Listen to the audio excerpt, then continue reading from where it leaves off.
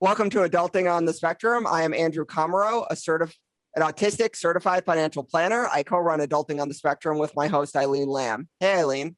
Hey, Andrew. Hey, everyone. I'm Eileen. And in this podcast, we want to highlight real voices of autistic adults, not just inspirational stories, but real people talking about their boring life or not so boring.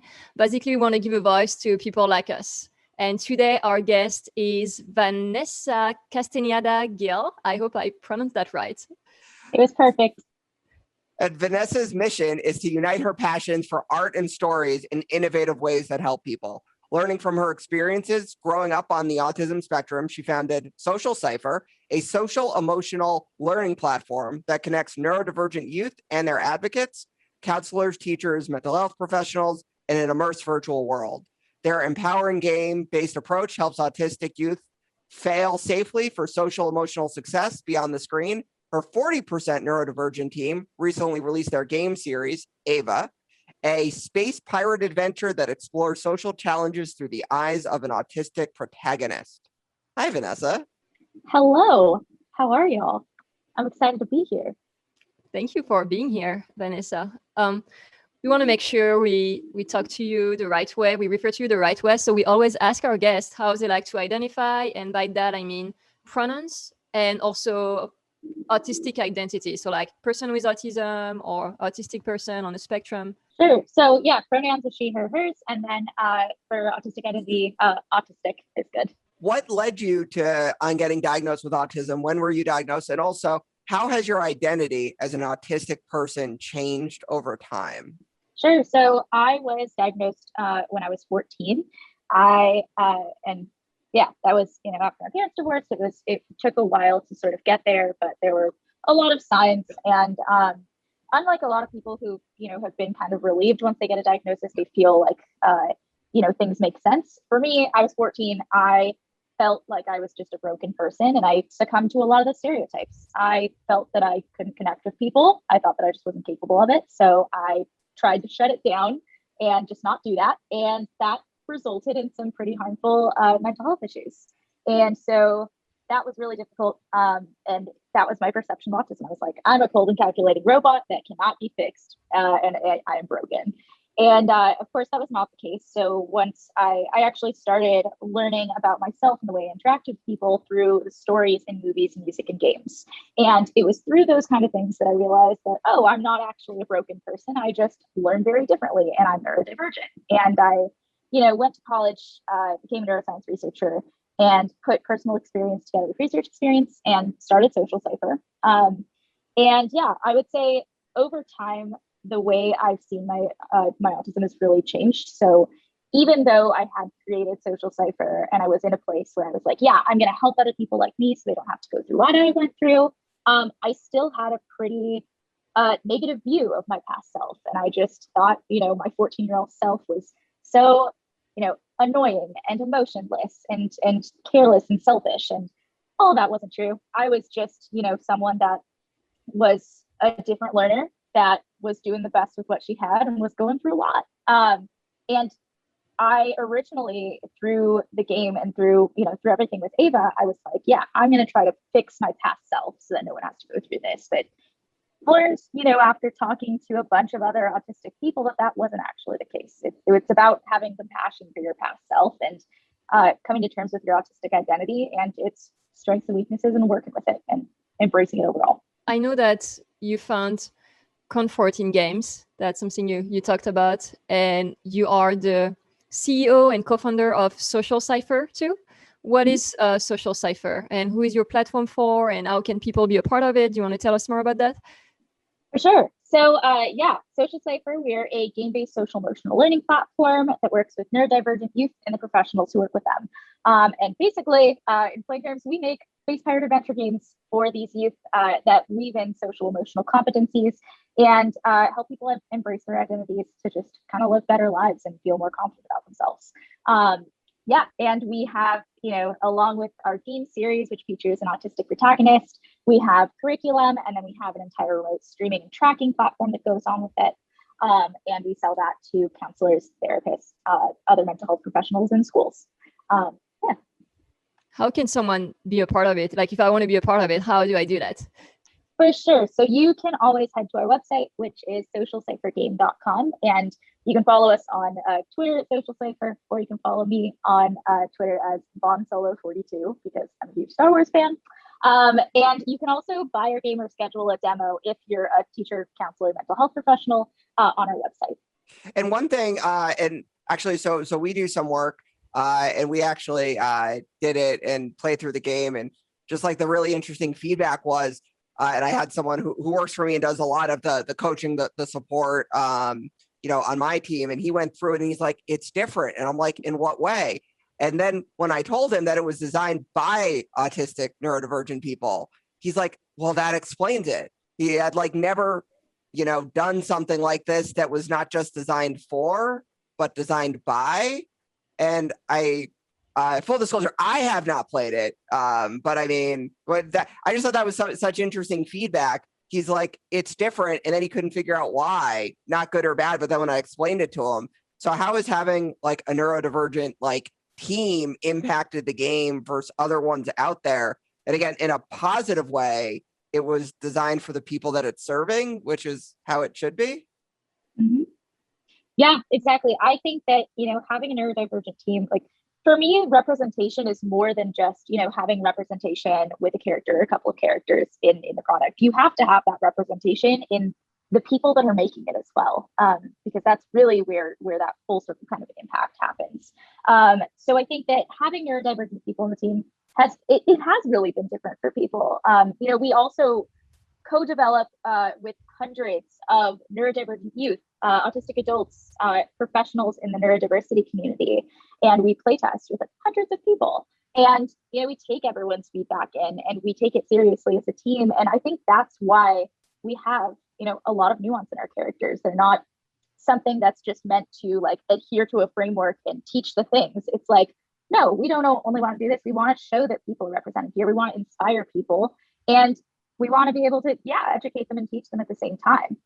But I really believe that you can't have true impactful education without being truly engaged or invested in some way in something. And that's why I think this works so much more. It also just helps when, like, for example, when we in our game, we have these shutdown sequences for when the main character, Ava, undergoes sensory overload. For us, that's like how lives work in our game. And you can only describe the sensation of having a meltdown if you have one, especially like an autistic or sensory overload one. And so the way that we came up with that is I would straight up go into crowds and subject myself to it and take notes on how I was feeling. And then I would communicate that to our animator and to our artist.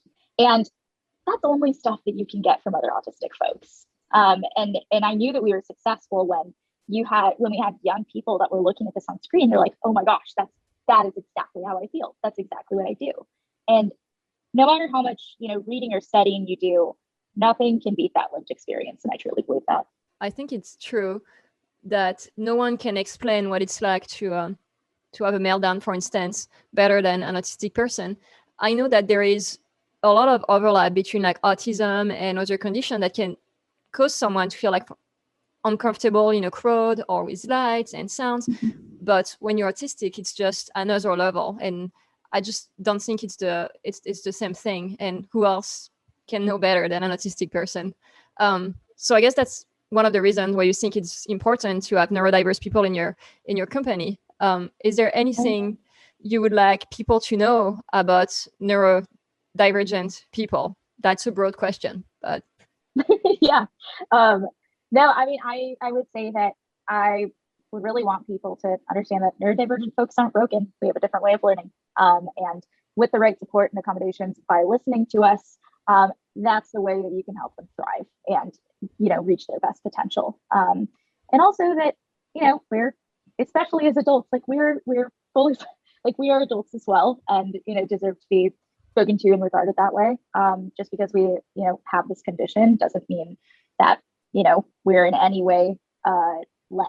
And so those are the biggest things that I would say. And also I think that a lot of the time, one of the hardest things to learn, at least for me as an autistic person, was being able to advocate for myself and communicate my needs. So that's something that, neurotypical folks also should try to like meet us halfway at, or at least be conscious of, is that, you know, we're on our way in learning about, or at least I'm on my way in learning about advocating for myself, figuring out my needs, and, you know, just trying to help. And, you know, it helps when people are supportive and can listen and validate the things that I feel that are going on with me, even if you're not experiencing them yourself. Is your app also targeting individual like my son with higher support needs?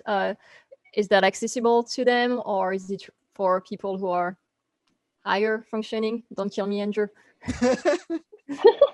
Right now it's mostly for folks with sort of lower support needs. It's for anyone that can really read at like a middle school reading level, can use a mouse and a keyboard. But that's pretty much it for us.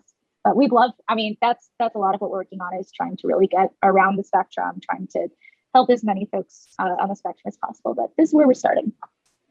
And I just want to mention that I said the word app, but it's not an app like on an iPhone, or it's more of a platform. Do you want to talk about that too and explain?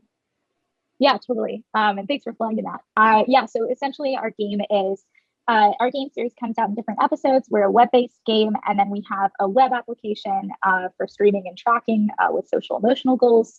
And then we also have curriculum that comes with it too. So, and again, you're not just neurodivergent, right? You're also a woman in tech, right? In the startup world. And it's coming from somebody who like does sales as well, right? And just there's a whole like, I don't golf and I'm in finance. I feel like that puts me like a leg behind. Like I hate golf. I can't stand it, right? And all these companies want to give me golf balls, invite me to golf outings. But like, how is like, looking to raise funding, awareness for your app, not just as someone who's neurodivergent, but someone who has other diversity as well. Have you had more challenges or less challenges, and how have you overcome them again in your field? Yeah, that's a great question. And I would say that's the tough part. I've been really working on the fact that, all right, it is real. Yes, I have a harder time with things. I have more challenges, but I've been trying not to focus so much on that, and more trying to spin it into, all of these things are, quote unquote against me, but I'm not going to be a victim of them. I'm going to use my strengths that I've learned from all these things and try to spin it. And so it's hard, because I think when things get really difficult, like in fundraising or in sales, or when I talk to someone and they don't regard me as, or treat me the way I should be treated, right? It's so easy to feel discouraged and fall back on like, oh, it's because I'm autistic, I'm a woman, I'm Latina, I never grew up in, an affluent kind of community. But I think that can only take you so far until you start either taking action, educating people about it, or, acknowledging that like, yes, this is a thing that I have that may put me against odds with things, but you know what? It also serves as a great indicator of the people I should be working with. It serves as a great indicator of the people that are not on your side, and therefore, you shouldn't be working with them, and you can create a workaround. And so that's a lot of what I've done. I think that one of the hardest things, like I've definitely, as most autistic professionals have gotten, so I won't go over it too much, but I did this TEDx talk. I went over all these things of how I've gotten from competition judges that like I can communicate so well, and that, oh, I don't even look autistic. Oh my goodness, this is so cute. Like, so great what you've accomplished. Maybe that's a combination of being autistic and a woman, and it's definitely infantilizing, but I've learned how to kind of clap back at that kind of stuff now. And really just turning my anger into more fuel for like, oh, this is why I'm here. This is why I'm doing this work. So this doesn't continue to happen to other people in the future. So. How do you like to refer, like, the spectrum is broad, and some people have higher support needs than others. I would say some have severe autism and some are like higher functioning. How do you like to refer to that difference in levels on the spectrum, difference in severity of symptoms? Does that make sense? Yeah, no, that makes total sense. And that's something we've researched a ton. And I really, like, every autistic person is totally an individual. There are, there are folks who are non-speaking, but have strengths in other completely different areas that can live independently and do whatever they need to do. People are selectively speaking and may have different strengths there. Like, I think that the idea of like a left to right or up to down spectrum of just like, this is low functioning and this is high functioning just doesn't explain the full diversity and just like capabilities and different sort of like strengths and challenges of folks on the spectrum. And I think there needs to be more of an understanding of just the vast diversity of folks. And I really think that, you've talked to one autistic person, like you've talked to one, because there are so many different experiences, and it just really can't be condensed into like high or low, nor should it be. So the reason that you dislike, again, the higher the low functioning isn't so much, it's almost the opposite of that. You think that all autistic people are autistic.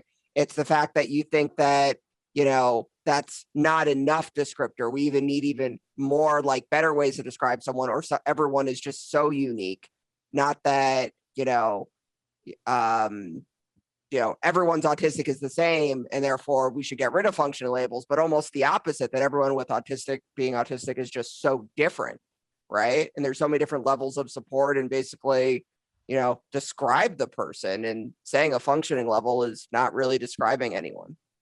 Right. I think it and I don't know how that would work. I don't think there should be, like an absolutely meticulous like categorization system, because I just don't think But you're autistic. I thought shouldn't we think that? I mean, I love data and categories, but I also think that it would just get to be it would probably just get to be a lot, like too much, and you'd kind of lose the human of it. And I don't know. I think it's, kind of like identity, something that folks should identify for themselves, and really sort of like that. This is why being able to advocate for your needs and teaching people how to do this is so important, because if you don't know what your needs are, like, you're not going to be able to have the language, whatever, form of communication that may be, to describe what's going to help you thrive, or what's going to help you feel more comfortable or feel better. So I think that's where things need to be started, is like advocacy and being able to find those words for yourself. I think the issue here is that there are autistic people like my son who are, level 3 autistic, and like, he can communicate basic needs with an iPad, AAC, but I don't think he'll ever be able to advocate for himself or live independently. And there are so many autistic people who are in this category. And of course, you don't hear about it because they can't be on social media. They can't advocate for themselves. And right. What do we do about the higher support needs individuals? It's tough, because they need someone to advocate for them. They can't do it for themselves, and not just when they're kids, but when they're adults too. And that's where it becomes tricky. And so while it's true that someone who is high functioning can still struggle in severe ways in certain areas of their life, they're still going to be better off, if I can say, than someone who can never do these things. You know what I mean? Someone who sometimes go non-speaking because of, overload, cannot comprehend what it's like to be fully non-speaking for your entire life. And I find that it's hard to find advocacy for those severely autistic, higher support needs people, and it's hard to include them in advocacy. Do you have any ideas about that? And maybe how you've done that with your own app and your own work? Yeah, I mean, that makes absolute sense. And I've been thinking of the same question too, of like, how are we including people in this? And for us, right now we're mostly with like high support people. We do have non-speaking characters in our game, and we're trying to increase representation through that as well, because we know that's super important. But yeah, I think, besides finding some kind of way to communicate whatever that may be, whatever is most comfortable with, a person with, higher support needs. I think that like, that's also, where parents and autistic advocates just need to work together, right? Like, and, you understand and you want what's best for your child, and what's, going to make them comfortable or make them feel happy, and working working with other autistic advocates who, of course, are not going to know the exact experience of your child, unfortunately, but may have some idea of at least, the sensory and social kind of things around it. It's at least a start. And I honestly don't know, the right answer, but I think that working together with like a parent or a guardian's kind of like love for the child, as well as, information that we do have from actually autistic folks. I think that's where we have to start. Yeah, I love that you said that. It's balanced, because it's true that, no one knows what being autistic is like as well as an autistic person, but it's also true that just because you're autistic, it doesn't mean you understand what someone who's on another part of the spectrum is experiencing with their own autism, because we're all different. So there is a middle ground there, and working together would be such a nice thing to do instead of having that war. And I know you purposely stay away from the autism community debate, and you seem more focused on doing great thing and helping autistic. Do you have any advice for others? Yeah, I think we're less staying away from it and trying to like find our place in it. I think I'd like to think that I understand both sides, right? Like I know parents. I have a parent who, has raised an autistic child, me, and I've spoken to a lot of parents in interviews and all. And then, of course, we interviewed and talked with and have and employ like quite a few neurodivergent folks as well. And in addition to me being a neurodivergent person, and the hard thing is that I see both sides, right? Like I see that everyone is wants the same end goal. Everyone wants for these young people to just feel accepted, feel good about themselves, and have a happy and good life. It's the way of going about it and the polarization surrounding that is the difficult part, kind of as you were saying. And I really think that, I've had a lot of, trepidation kind of going into this arena, because I don't want to make either side mad. I don't want to, I don't want to alienate anyone, because I think that, we're going after the same end goal. But at the same time, I, as a neurodivergent person, and just as someone that really believes in like the goodness of people and the good intentions of people, like I think that building bridges is a really important thing to do. I don't think that we can make any progress if we're not working together on this kind of thing, or at least open to hearing each other out.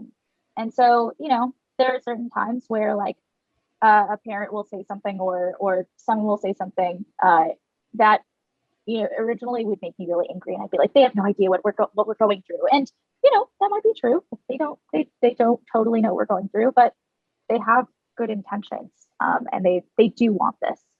And so it's a matter of like, sure, you can get angry, but like get angry, realize where that anger is coming from, and channel that into educating and building a dialogue with people, so we can get to a place where we're doing what's best. That's great advice. I hope people are listening and taking notes, because I think that's how we're gonna heal and bridge the gap, is that the expression between parents, caregivers, and the actually autistic community. We need to communicate and not get angry at each other. Yeah, that's great. Yeah, and I think I also want to add that, like, I know that there's a whole range of strengths and weaknesses that comes with being autistic, and I don't want to discount that. But at the same time, like, I think one thing that is empowering and that is going to lead to change is, not looking at autism as a tragedy, and not portraying it that way, because, we're here, autism is part of us, and it's being an autistic person is part of my identity, and not everyone will identify it that way, but it's part of a lot of who we are, and it's going to remain that way. And I think that, treating it as something that is what it is, where you, just like anything else, you can grow from it. You can build upon it. You can spin it, turn it into whatever you want that's going to make you feel better or comfortable. Like, I think viewing it automatically as a tragedy is what put me into a really bad headspace and lots of mental health issues about it, because I kept seeing the stereotypes and because I kept seeing like, oh, I'm not going to be able to do any of these things.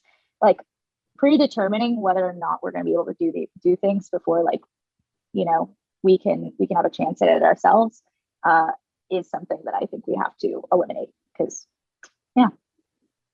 I work with lots of parents, and what's really, you know, interesting is, you know, they'll talk about like their 16-year-old daughter, right? And they'll talk about how they're not sure what she might want to do or to be successful. We always try to include the individual as much as possible. So I always like bringing up like, so what did you want to do when you were 16? And what are you doing now? How did that turn out for you? Right? Like, because on one hand, being a confused 14-year-old girl seems like going through like a depressed phase seems like the epitome of normal. But I mean, on the other hand, there are additional struggles. And, you know, I think focusing on what you're good at, right? And not as much of what you're not good at is really important. To use a game analogy that someone, my company came up with, and she said is, having autism is like leveling up a role-playing game. You know, why waste your limited skill points on weaknesses when you can build up your unique strengths to reach your fullest potential? Right. And I mean, that really struck me. If you don't play a role-playing game, it doesn't mean as much to you, but I'm like, that's perfect and just so accurate. Yeah, that makes absolute sense. And so that was the hard thing. That was the hard thing about growing up and going to college, or, you know, the idea of like going to college, getting a job and all that. Like the other thing that builds up on all of this, right, on being an autistic person, being bogged down by stereotypes, all that kind of stuff, was that, like, you know, I was the first in my family to go to college. And, you know, we, at the time, like, my parents divorced. I was raised by a single mom for like most of my life. And we were struggling financially. And so my tunnel vision was on like, well, I'm autistic, so this is a great excuse for me not to have friends. So I'm not going to do it at all. And I am just going to focus on like getting into college. I don't know for what yet, but I just need to get there. I need to get a scholarship. I need to get a job that makes money. And then I need to like make sure my family's okay. Like that was it for me. I didn't care what I was going to do unless it was like a high paying job. And then I got, you know, now I'm in like, you know, a startup, which is like one of the most unstable things that you can be in. But, you know, at the beginning, that was really my goal. And I was like, well, medicine, there's, you know, there's a lot, like my aunt and uncle are, you know, PAs, like there's money in there. So like, I'm going to go for that. So I thought I was just going to go towards medicine, just because of like, it's stable and there's money. And then I started really getting into my understanding of the brain. And I was like, you know, especially after I got my diagnosis, I was like, I really want to learn how I even work. Like, how is this even happening? And so I started getting super into neuroscience, and I was like, okay, I'm going to be a neurosurgeon, because that's still medicine and it's still safe, but there's money, but it's something I'm really interested in.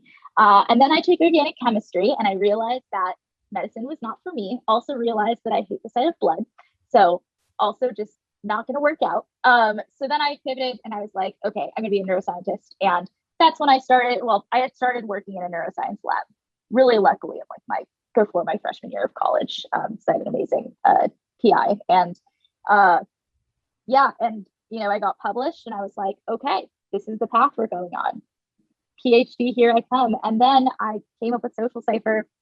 I thought it was going to be a college passion project I was going to do with my friends. I thought it'd make a great paper, but then we started winning pitch competitions, and I got accepted to a program called Halcyon, where right after college, I went to live in a mansion in DC for 6 months, and they paid me to do it. And I was like, well, I guess I'm working full time on my company now. And that's why we're here.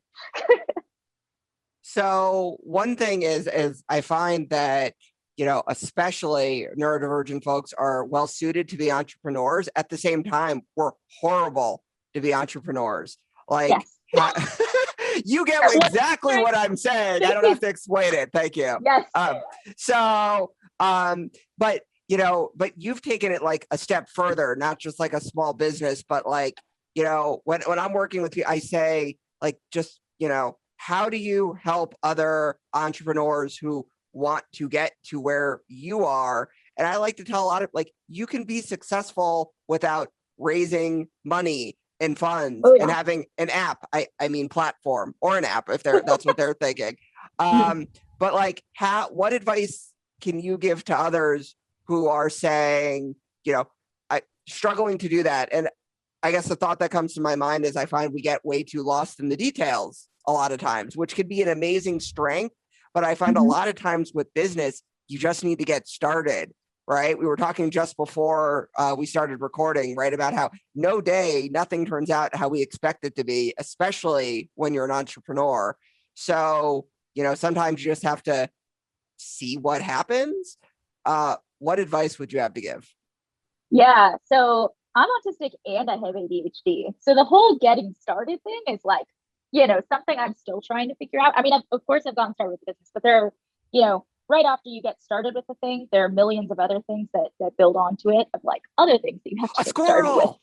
Yeah, exactly. No, this is I have a squishy brain right here that I'm like squeezing because I'm like, okay, we got to stay focused. But I guess my like, so this is also an example of like, the challenges that I'm facing, right? But that are also kind of strengths for me is like, I didn't grow up in a high income household, and I'm a Latina. Like, we're known for those two things, like known for being very resourceful. It has taught me to like be super scrappy, to like figure out how to get things without paying for them, and to lean on people for help and like do what I need to done by using the resources around me. Like, that is probably the number one thing that has helped me, is like, because we did not, contrary to all of the TechCrunch and whatever startup publications, whatever, contrary to all of that, you do not need to like start hitting the ground raising money from investors right away.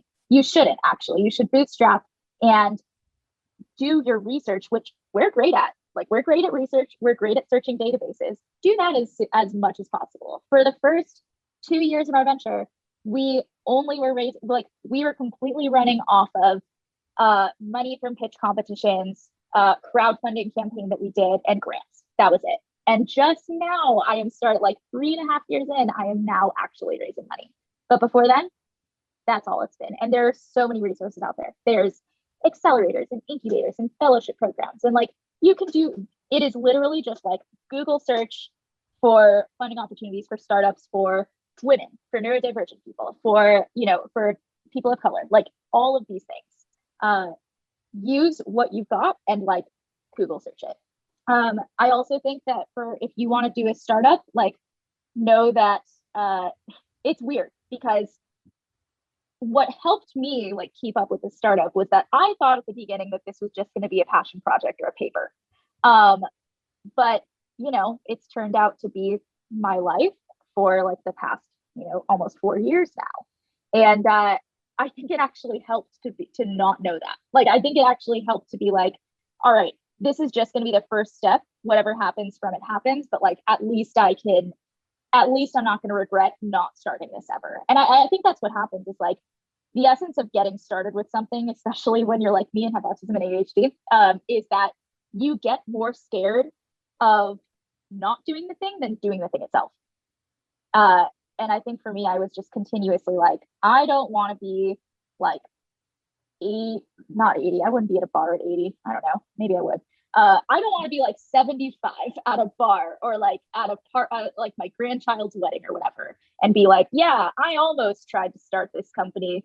It was a cool idea, but someone's already done it. It's too far for me now. I like imagine myself saying that, and I was like, oh God, no, I don't want to do that. I want to at least try.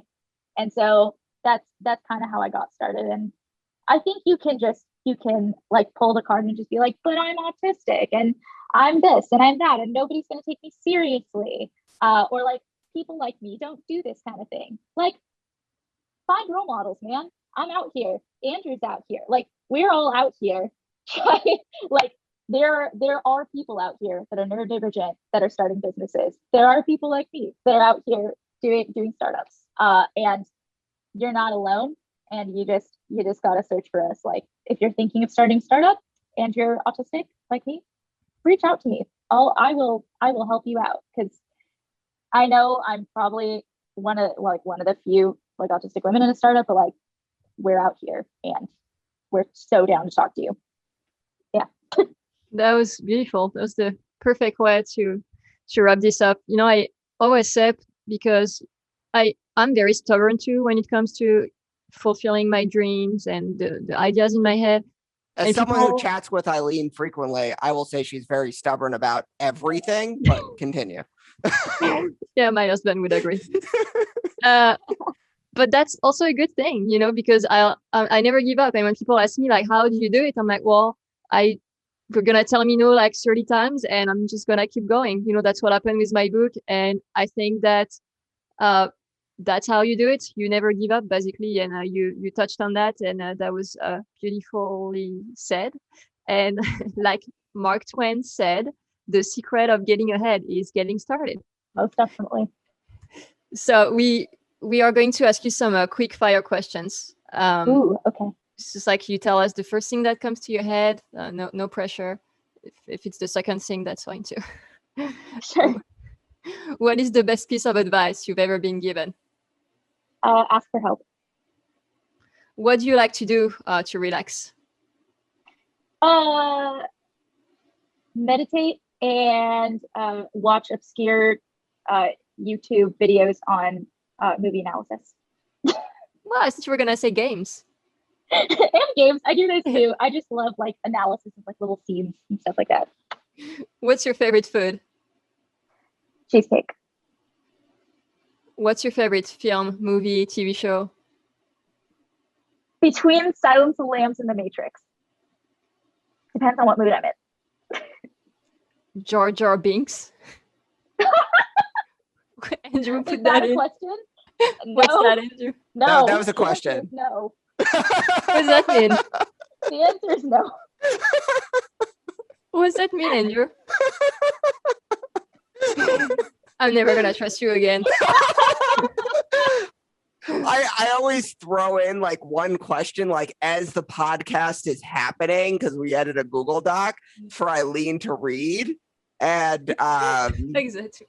I need to Google this. You'll automatically see that the answer is no, Eileen. Yeah. Just like the most hated Star Wars character, like just ever. So he's so hated that actually they redid, like there were fans that hated it so much that on YouTube they posted the video with all of his like clips cut out of the movie and then just posted the movie like that. They're like, now it's better. Sounds so autistic. It honestly probably was. It was probably an autistic person. That's funny. Yeah, I guess I need to watch Star Wars, huh? How have you not watched Star Wars? I'm not doing another podcast with you until you watch at least one Star Wars. I have no movie culture. I mean, I just don't. Sorry. You must. So where can people find you online? Yes. So great question. You can find us at socialciphergame.com. That's cipher with an I. And if you press the get the game button, and especially if you're a teacher, counselor, mental health professional, school administrator, you can press that button and you can either buy the game directly from there, or you can contact us and I will demo you through it. And, you know, ask me other questions and we can figure something out. You can also follow me personally on Twitter as BonSolo42. As evidenced by the Jar Jar Binks question, I am a Star Wars fan. So that's why that name is that way. And then you can find me on our company on Twitter at Social Cipher. And that's mostly where we are. We also have Instagram with the same handle. But really, like, our website and our Twitter are probably the best places to see us and find us. Thanks so much for joining us today. It was so great talking to you. It was fun. Yeah, thank you all. This was so fun. Bye-bye. Bye. Bye.